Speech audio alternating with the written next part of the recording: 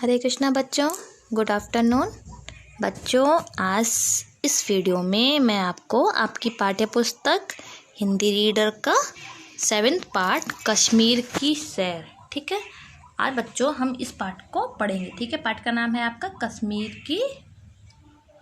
की सैर, ठीक है बच्चों।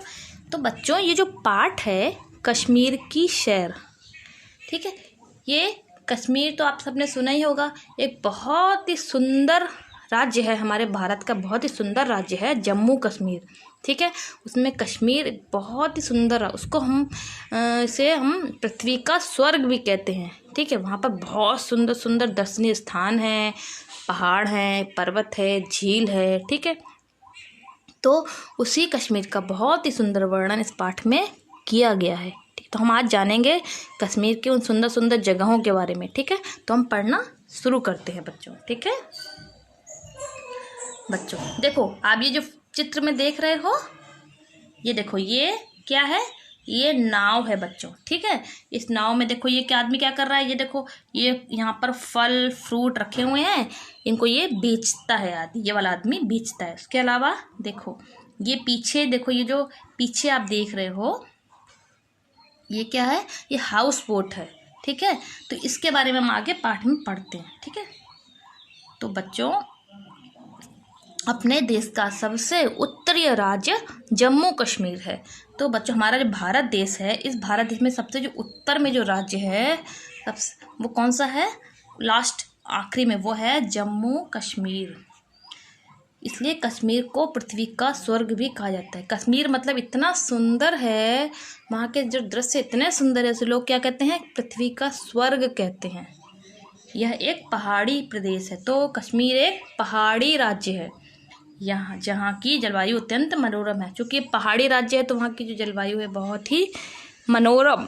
मनोरम का मतलब होता है मन को रमने वाली, मन को अच्छा लगने वाली है। यहाँ अनेक दर्शनीय स्थान है।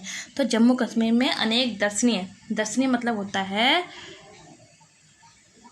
देखने योग्य स्थान है, ठीक है। तो हम आगे पढ़ते हैं।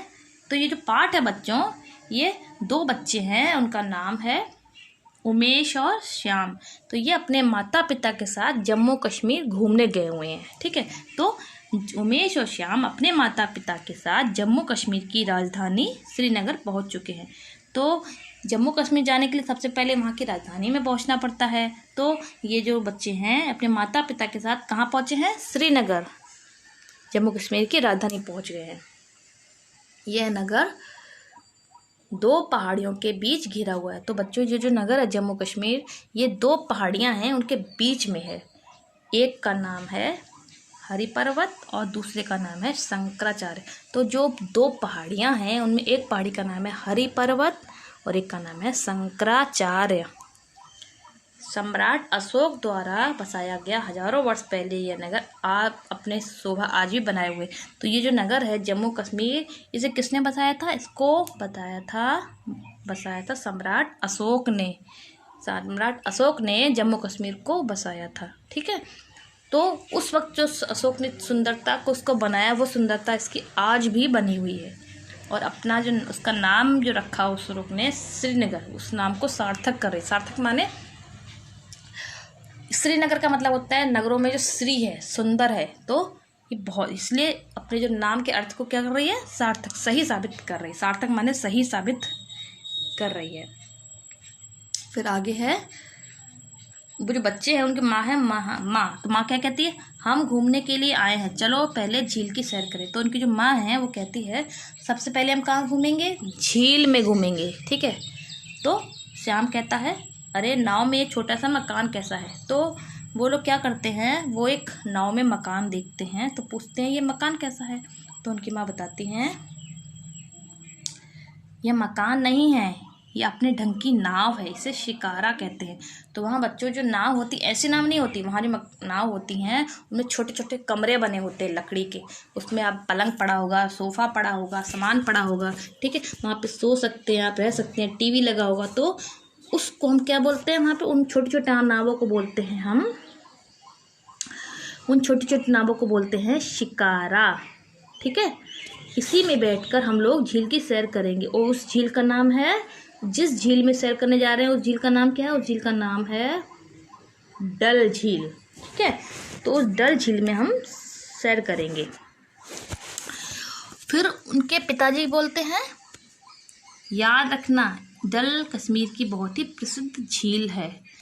डल का अर्थ होता है पत्ता। तो उनके पिताजी बोलते हैं ये जो झील है कश्मीर की जिसका नाम है डल, बहुत ही फेमस प्रसिद्ध झील है। और डल या दल है ना, इसका अर्थ होता है पत्ता। तो इस झील में ये बहते हुए जो उद्यान देख रहे हो यही इनके स्थायी आकर्षण है। तो वो क्या बोलते हैं, ये जो झील है इस झील में क्या है, वो तैरते हुए बगीचे दिखाई देंगे आपको। वहाँ पे लोग झील में खेती करते हैं। ठीक है, तो उस बगीचों को देखकर आपको पता लगेगा कि जो कश्मीर की सुंदरता है, जो इस झील की सुंदरता है, उसका स्थायी आकर्षण क्या है, वो तैरते हुए बगीचे। उनको देखने के लिए लोग इतना दूर से आते हैं। अतः दल नाम ठीक है, तो चूँकि वो बहुत समूह में बगीचे बने हुए हैं तो इसलिए उसका नाम दल कहना भी अच्छा है। उसके बाद श्याम बोलता है, वे देखिए भैया जी, एक आदमी शिकारे में बैठकर फल और सब्जी बेच रहा है। तो वहाँ पर क्या होता है बच्चों, वहाँ पर ऐसे ठेले में नहीं, वहाँ पर चूँकि झील में ही वो सब्जियाँ उगाते हैं, सब्जियाँ फल फ्रूट, तो वो झील में ही नाव में ही रखकर उनको बेचते हैं। फिर उमेश कहता है, देखो कपड़े और लकड़ी की भी दुकानें सजी। तो उस झील में फल फ्रूट की दुकानें ही नहीं होती हैं, वहाँ पर लकड़ी का सामान, वहाँ पर कपड़े लकड़ी की दुकानें भी उसमें नाव में ही होती हैं। पिताजी उसके फिर बोलते हैं, यहाँ बहुत सी दुकानें झील में ही लगती हैं। ये देखो सामने लकड़ी के बने बने बड़े बड़े मकान दिखाई दे रहे हैं, उन्हें हाउस बोट कहते हैं। तो बच्चों फिर उनके पिताजी आगे बताते हैं कि ये जो सामने लकड़ी के बड़े झील में बड़े बड़े लकड़ी के मकान भी तैरते हुए नजर आ रहे हैं। वो तो छोटा सा था शिकारा, एक तो बड़े बड़े जिसमें 2-3 कमरे होंगे, रसोई होगी, बाथरूम होगा, सारा सामान आपका, सोफ़ा पलंग टीवी फ्रिज सब होगा बेटा। ठीक है, तो उसको हम क्या बोलते हैं, उसको बोलते हैं हाउस बोट।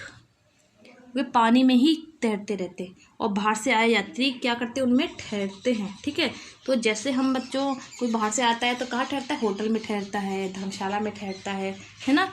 यहाँ पे देखो इस उद्यान में ठहरते हैं, लेकिन वहाँ पर जब लोग आते हैं तो उन हाउस बोट में ठहरते हैं और 4-4 5-5 दिन वहीं रहते हैं। उमेश कहता है, ऐसा लगता है कि पानी में ही पूरा नगर बसा हुआ है। तो उन मकानों को देखकर आपको ऐसा लगेगा कि वो पानी में ही नगर बसा हुआ है पूरे। इतने सारे मतलब बहुत बड़ी झील है वो, तो बहुत सारे बोट, अलग अलग बोटों में खूब बड़े बड़े मकान आपको तैरते हुए नजर आएंगे।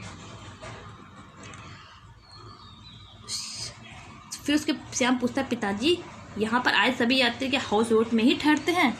मतलब उनका कहने का मतलब है कि मतलब यहाँ कश्मीर में केवल हाउस बोट ही हैं। तो उनके पिताजी क्या बोलते हैं, पिताजी बोलते हैं, नहीं, यात्रियों के ठहरने के लिए होटल हैं, बंगले हैं, बंगलों की भी कमी नहीं, यात्री तंबू भी लगाते। मतलब कश्मीर में जो लोग आते हैं वो हाउस बोट में भी ठहरते हैं, उसके साथ साथ वहाँ पर बंगले भी हैं, होटल भी हैं, धर्मशाला भी हैं, और कुछ यात्री तंबू लगा कर भी वहाँ पर रहते। फिर उनकी माँ कहती हैं, बातों बातों में लगा हम लोग निशांत बाग आ गए। फिर वो लोग कहाँ घूमने जाते हैं, वो लोग जाते हैं निशांत बाग घूमने जाते हैं। तो निशांत बाग जो है कश्मीर का बहुत ही दर्शनीय स्थान है। इसे बागों की रानी कहा गया है। तो बच्चों वो जब एक दूसरी जगह घूमने गए उसका नाम था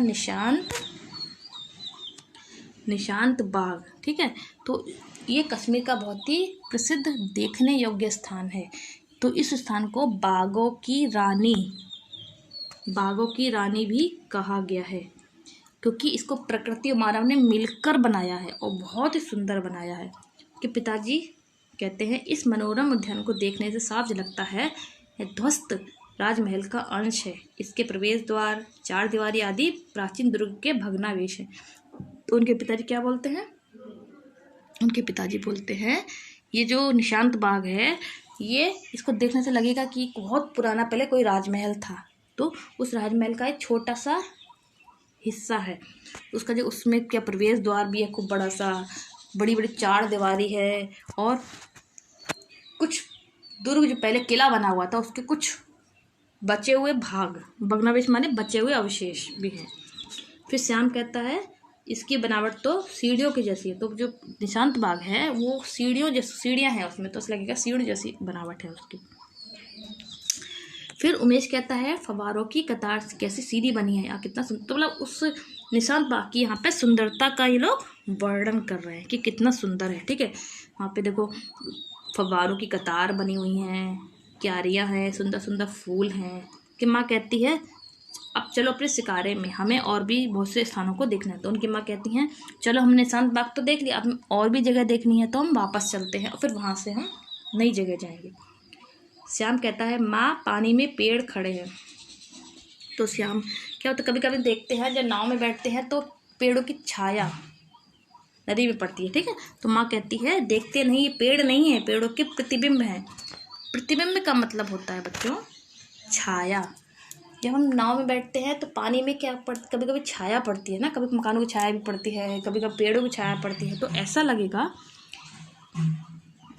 तो क्या है, वहाँ पर जो झील है, झील के आस पास में चिनार और देवदार के पेड़ों की घाटी भरी, बहुत सारे पेड़ हैं घाटी में, बहुत सारे चिनार और देवदार के पेड़ हैं।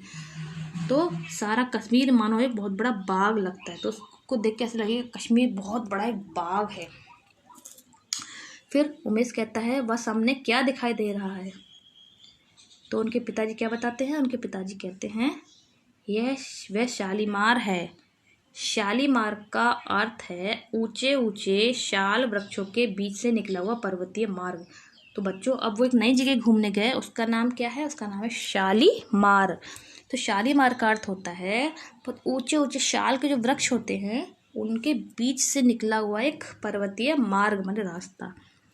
यह मुगलों से भी पहले बना हुआ। तो वो कहते हैं ये जो शालीमार का जो है ये पर्वतीय मार्ग, ये मुगल के आने से भी पहले का बना हुआ, मतलब बहुत पुराना है। फिर उनकी माँ भी बोलती है चलो शिकारे में बैठो, हमें और भी आगे जाना है। उसके बाद वो लोग आगे जाते हैं। तो उमेश कहता है माँ ये पानी में क्या तैर रहा है। तो माँ कहती हैं,